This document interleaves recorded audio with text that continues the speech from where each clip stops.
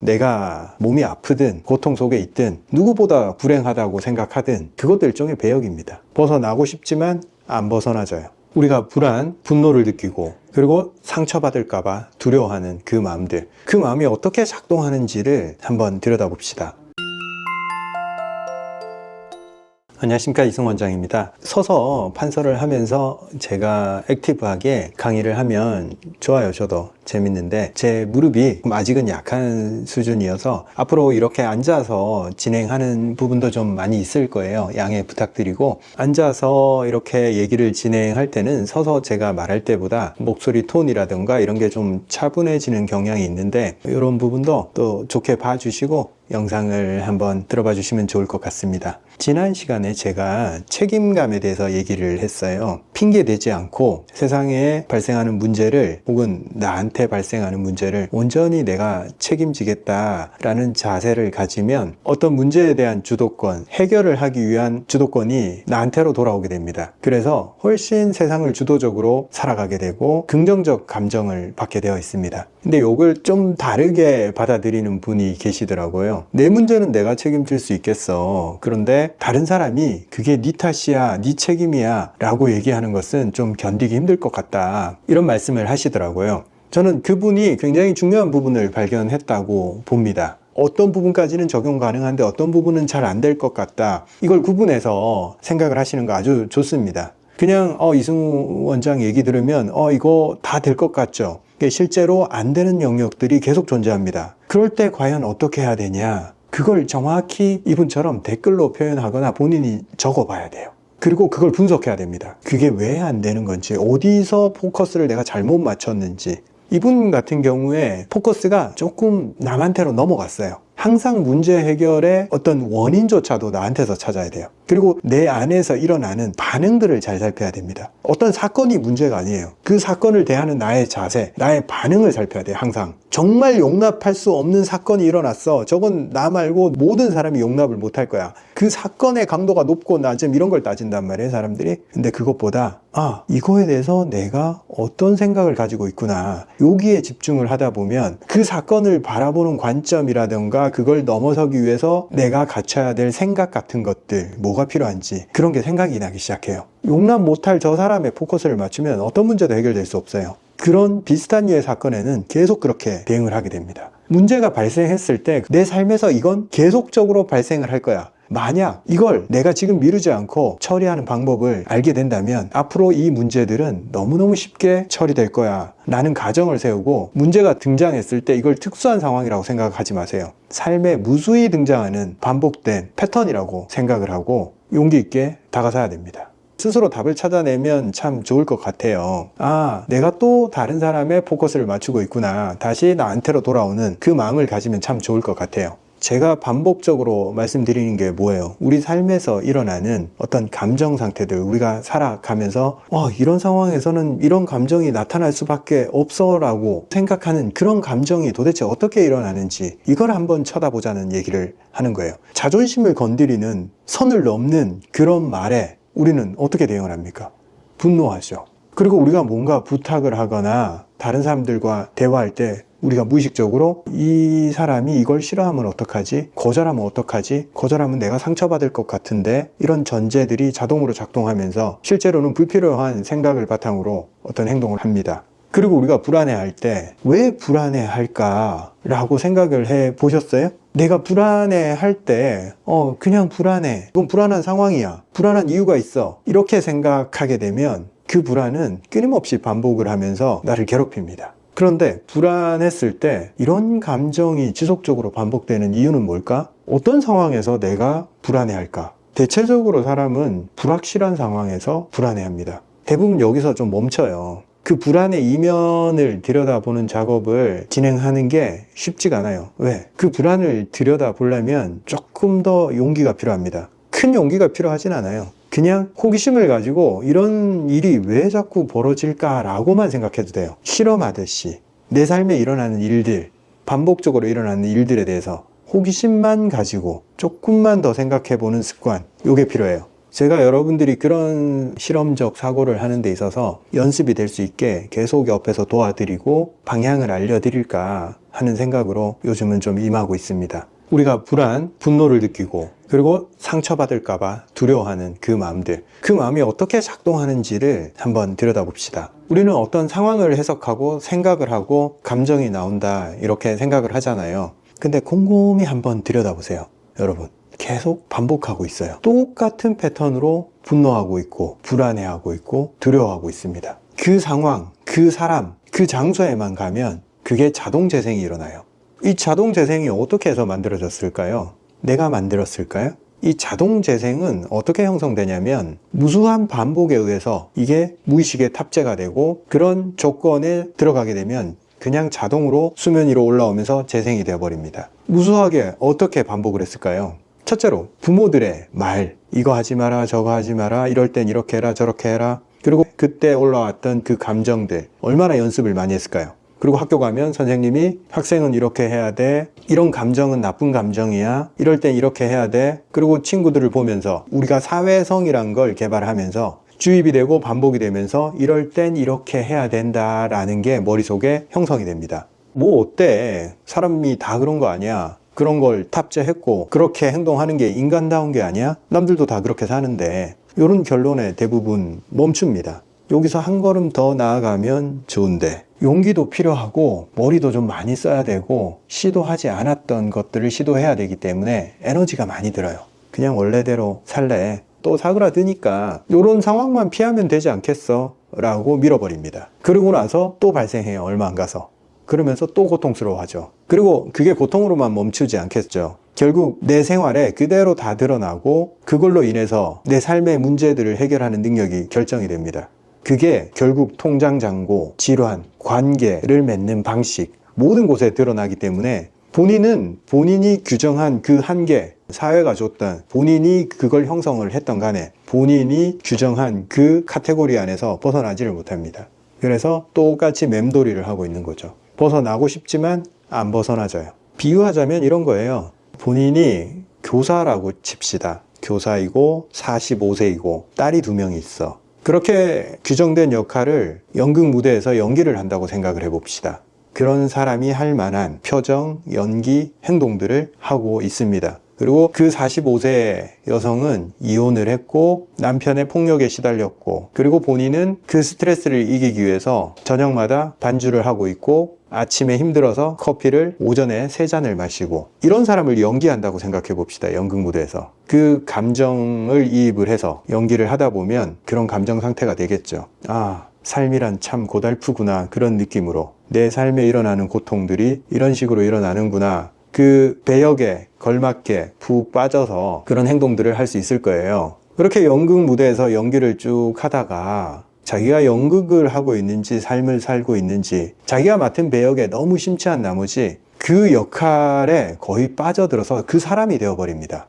신들린 연기라고도 하죠. 그렇게 신들린 연기를 연극 무대에서 펼치다가 문득 깨달을 수 있겠죠. 아, 내가 연기를 하고 있었지. 그리고 여긴 연극 무대였지. 그리고 내가 마음만 먹으면 이 연기를 멈출 수 있는 나는 배우일 뿐이구나, 이런 생각에 도달할 수 있어요. 삶에서도 마찬가지입니다. 배우가 갑자기 무대 밖을 쳐다보면서 자기가 연기를 하고 있다고 깨닫는 것처럼 내가 왜 이 역할을 계속하고 있지? 나는 왜 이렇게 반복적으로 이런 상황에 처하고 이런 행동들을 하고 있지? 라고 의문만 가지면 됩니다. 거기에 장점이, 어떤 장점이 있냐면 내 삶에서 나한테 주어진 그 배역이 절대적이고 바꿀 수 없는 배역이 아니라는 걸 알게 됩니다. 그걸 알기만 하면 어떤 일들이 일어나냐면 새로운 대본을 쓸 수 있고 새로운 역할을 본인한테 줄 수 있습니다. 그리고 이 삶이란 무대 위에서 본인의 이야기를 연기할 수 있습니다. 인생의 주인공이 되는 거죠. 여러분, 오늘은 인생에서 본인이 맡은 배역이 절대적인 게 아니고 바꿀 수 없는 게 아니다 라는 말씀을 해드리고 싶었어요. 이걸 알면 입가에 미소가 지어질 거예요. 그래, 내 삶을 살자. 누군가한테 부여받은 배역이 아니고 내가 스스로 내 삶을 살자, 이런 생각이 들면 웃음이 나올 수밖에 없어요. 내가 몸이 아프든 고통 속에 있든 누구보다 불행하다고 생각하든 그것도 일종의 배역입니다. 그걸 극복하고 이겨내는 그런 배역도 본인이 만들 수가 있는 거죠. 본인이 대본을 쓰겠다고 마음만 먹는다면 말이죠.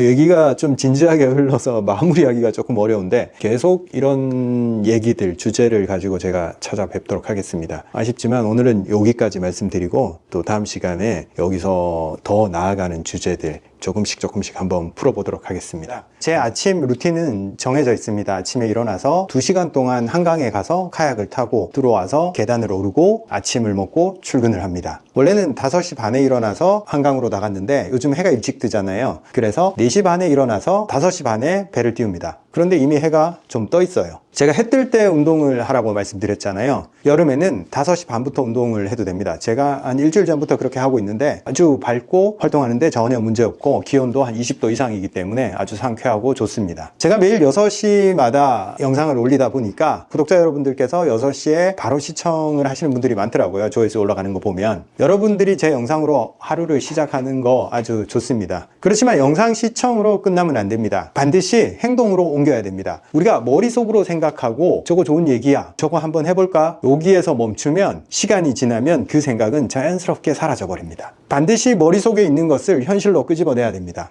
가볍게는 적어본다거나 말을 해본다거나 내 행위를 통해서 그걸 감각으로 전환시켜야 됩니다. 혹은 바깥으로 나가서 움직여 본다거나 그러면서 내가 했던 생각들을 현실 세계로 끄집어내야 되는 거죠. 이게 전부예요. 머릿속에 있는 것들을 하나씩 끄집어내다 보면 머릿속에 있을 때보다 훨씬 다른 느낌을 준다는 것을 알게 됩니다. 내가 생각했던 것과 다르구나. 생각보다 더 좋네? 이게 이런 효과가 있었어? 들어서 아는 것과 실제 해서 아는 것은 생각보다 많이 달라요. 제가 지난 시간에 가난에 대해서 말씀드리기로 했어요. 가난. 많은 사람들이 불평등하게 느끼고 출발선이 이미 많이 뒤쳐져 있고 나는 이미 가난하게 태어났어. 흑수저야. 이번 생은 망했어. 사회적 불평등이 심해. 생각을 하고 자기 규정을 합니다. 예전에는 노력하면 사람들이 그래도 중산층이 되었는데 지금은 노력한다고 되는 게 아니야. 이렇게 계속 꾸준히 자기 암시를 합니다. 그리고 자기가 변화하지 못하는 것에 대해서 외부에 핑계를 대게 되겠죠. 세상이 많이 불평등해졌어. 외부 환경이 녹록치 않아. 경기가 안 좋아. 많은 문제를 외부에서 찾고 있습니다. 그런데 여러분, 끊임없이 그 행위를 해오셨죠. 그래서 외부 탓을 했을 때 문제가 해결이 되던가요?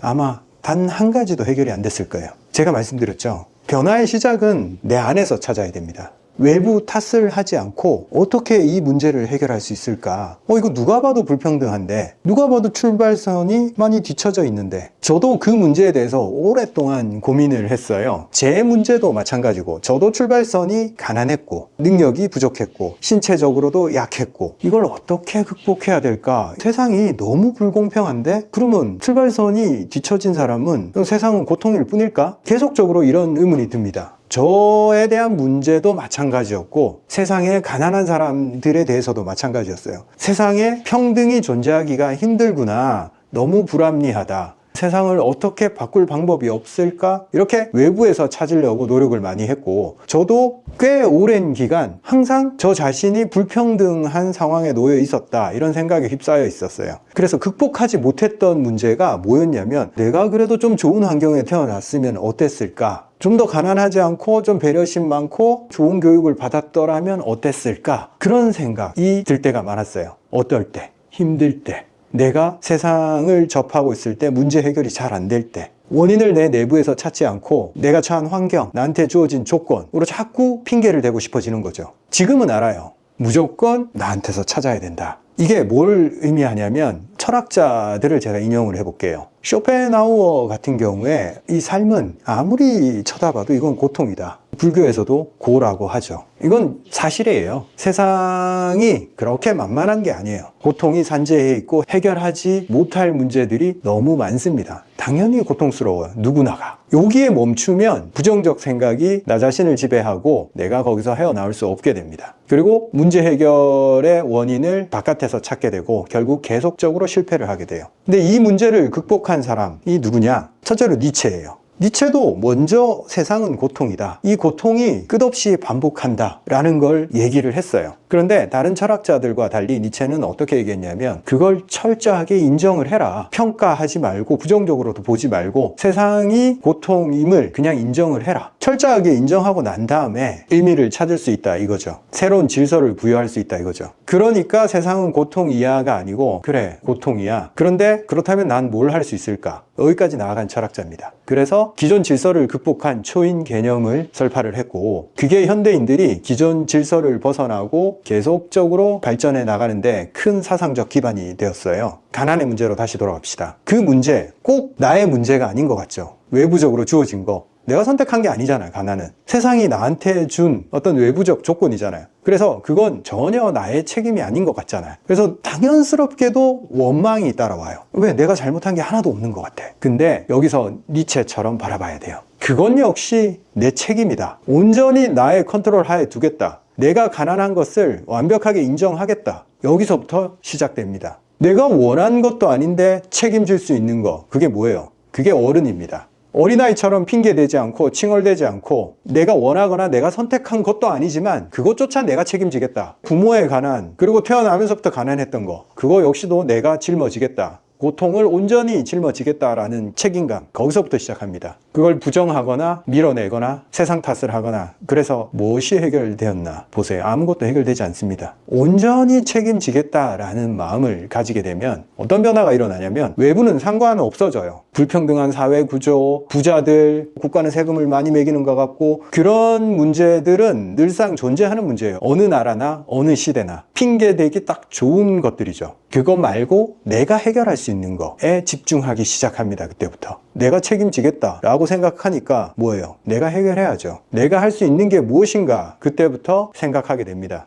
일단 이 문제를 해결하든 말든 어떤 차이가 존재하냐면 사람이 훨씬 더 온화해집니다. 내가 책임지겠다. 누구도 탓하지 않겠다. 라는 생각을 가진 거는 돈을 얻고 말고의 문제가 아닙니다. 그냥 삶의 주도권이 나한테 오는 거예요. 삶의 주인이 된다. 그리고 어른이 된다. 이 뜻입니다. 어른스럽게 행동할 수 있는 거죠. 칭얼대지 않을 수 있는 거죠. 그러면 그때부터 주도권이 나한테 돌아오고 내가 할 수 있는 것이 무엇인지 눈에 보이기 시작해요. 내가 할 수 있는 게 뭘까? 저는 거창한 걸 얘기를 하지를 않아요. 항상 불평불만에 난 불행한 사람이야 라고 생각하던 사람이 주도권이 나한테 있었군. 그러면 난 뭘 할 수 있을까? 이승 원장이 계단을 오르래. 그 선택은 내가 할 수 있는 선택이야. 한번 올라봐야지. 한번 올라봤을 뿐인데 자기가 뭔가를 할 수 있다. 그리고 자기 주도하에 자기 몸을 컨트롤할 수 있다 라는 생각에 미칩니다. 결국 그게 뭘로 확장이 되냐면 어떤 분이 댓글을 달았더라고요. 선생님 말대로 계단을 한 달 올랐는데 삶에 자꾸 운이 생기더라. 행운이 찾아오더라. 자기가 일하는 방식이 바뀌었다는 거예요. 하기 싫어서 억지로 하고 생각 없이 일하고 불경기여서 일하는 게 짜증이 나고 나는 왜 이렇게 자꾸 안 좋은 일만 일어날까 라고 생각하면서 살아가다가 주도권이 나한테 있구나. 이 상황에서 내가 할 수 있는 게 뭘까? 그런 불행한 외부 환경을 탓하지 않고 내가 할 수 있는 단 한 가지에 집중할 수 있는 힘이 생긴 거예요. 계단을 오르고 나서. 그러니까 무슨 일이 일어나는 거예요? 가게에서 손님한테 서빙을 하더라도 한 번 더 웃어줄 수 있고 한 번 더 좋은 말을 할 수 있고 그리고 그 손님들을 위해서 내가 뭘 해줄 수 있을까 고민하게 되고 그러면 그냥 좋은 일이 일어나요. 사람들한테 온화해지고 좋은 기회가 눈에 포착이 되고 그전에는 기회들이 둥둥 떠다니는데 시기하고 질투하고 화나고 불안하고 두려움에 쌓여서 그런 것들이 보이지가 않아요. 그분은 행운이 찾아온 게 아니고 행운을 볼 수 있는 눈이 생긴 거예요. 여유가. 그래서 삶이 바뀌는 거예요. 내가 바뀌지 않았는데 운이 온다? 그런 거 잘 안 일어나요. 그래서 내 안에서부터 시작이 돼야 된다. 내가 얼마나 가난하든 그건 별 상관이 없어요. 밑바닥에 있던 내 통장 잔고가 제로이든 뭐든 아무 상관이 없어. 어느 위치에서건 그 다음으로 갈 수 있어요. 돈이 너무 없는 사람들만 고통스러운 것 같죠? 생각보다 많은 돈을 가진 사람들도 어떤 고통에 휩싸여 있어요. 왜냐? 자기는 노력하는데 그걸 돌파할 수가 없어. 돈이 10억이 있고 20억이 있는데 더 이상 뭔가를 쥐어짜내서 더 이상 앞으로 나아갈 수 없다는 느낌에 좌절을 합니다. 그러면 남들이 보기에 10억, 20억 있으니까 저 정도면 먹고 살만 할 것 같지만 그 사람은 마음이 꺾였어요. 그래서 세상을 적극적으로 살아가지 못하고 항상 불안하고 이 가진 것조차 무너질 것 같은 그 불안함에 살아갑니다. 세상을 대하는 자세인 거죠. 자, 다시 돌아가서 제가 뭐라고 그랬어요? 어떤 상황에 처해 있건 원망하지 않으려면 단 한 가지밖에 없어요. 그 모든 것을 본인이 책임지는 자세, 책임지겠다는 그 마음 받아들여야 돼요. 그게 니체가 한 걸음 앞으로 나아갈 수 있었던 배경입니다.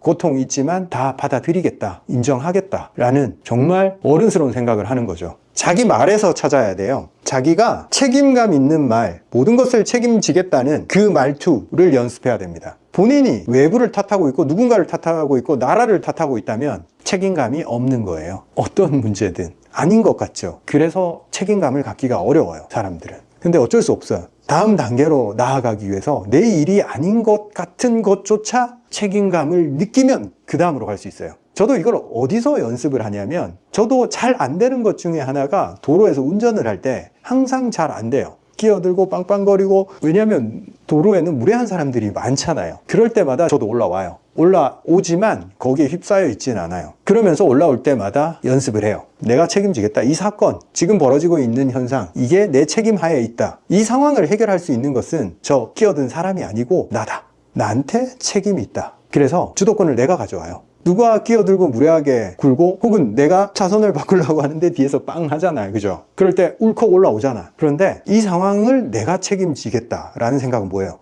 저 사람이 불쾌할 수 있었구나. 내가 제공자구나. 나한테 책임이 있다. 그러면 빠르게 창문을 내리고 사인을 줍니다. 손을 흔들면서. 죄송합니다. 책임이란 것은 누군가한테 얼마나 빠르게 사과를 할 수 있는지, 이겁니다. 설령 그게 내 책임이 아닌 것 같더라도 그런 책임감 있는 행동을 하는 사람은 삶의 주인입니다. 항상 주도권을 가지고 있어요. 상황을 해결할 수 있는 키를 가진 사람인 거죠. 오늘의 드릴입니다. 어떤 상황, 외부 상황이 개입했을 때 내가 책임지겠다라는 행동을 한번 해보자고요. 반복적으로. 그렇게 했을 때 어떤 기분인지. 얼핏 생각하면, 야, 내가 잘못도 하지 않았는데 내가 사과하는 거 좀 바보 아니야? 기분이 나쁠 것 같죠? 천만의 말씀 한번 해보세요. 어떤 느낌인지. 내가 주인이 됐다는 느낌을 확실하게 가지고 그 상황의 통제권을 가진 느낌은 말로 표현할 수 없을 정도로 괜찮아요. 근데 그 책임감 있는 행동이 나오기까지 자꾸 생각이 길어지면 안 돼요. 반사적으로 행동해야 됩니다. 뒤에서 빵 하면 내리고 손 딱 꺼내서 쏘리 해야 됩니다. 그러면 돼요. 간단해요. 그리고 나서 드는 내가 세상을 통제하고 있구나, 이런 느낌을 받으면 된 거예요. 그 연습을 하는 거예요. 나를 통제하고 세상의 무질서를 해결하는 거, 그 연습을 하는 겁니다. 감사합니다. 다음 시간에 뵙겠습니다.